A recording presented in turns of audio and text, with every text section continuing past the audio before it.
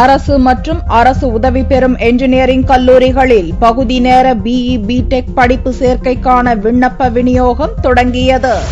2013-2014 கல்வியாண்டில் பகுதி நேர இளநிலை என்ஜினியரிங் படிப்புகளில் சேர்வதற்கான விண்ணப்ப விநியோகம் திங்கட்கிழமை தொடங்கியது.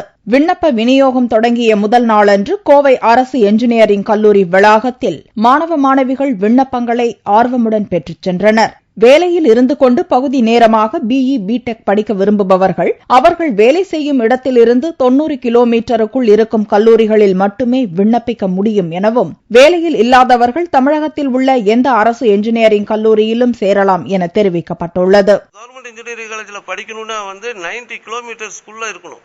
அவங்க சேலத்தில் ஒர்க் பண்ணிட்டு கோயம்புத்தூர்ல சீட் கேட்டாங்கன்னா கோயம்புத்தூர்ல சீட் இருக்காது. மற்றபடி அவங்க பணிபுரியாம அன்எம்ப்ளாயில வந்தாங்கன்னா அவங்க எங்க இருந்து வேணா அட்ரஸ் கொடுத்துட்டு இங்க தங்கிட்டு படிச்சுக்கலாம். விண்ணப்பங்களை பெறவும் பூர்த்தி செய்யப்பட்ட விண்ணப்பங்களை சமர்ப்பிக்கவும் ஏப்ரல் 15 கடைசி நாளாக அறிவிக்கப்பட்டுள்ளது.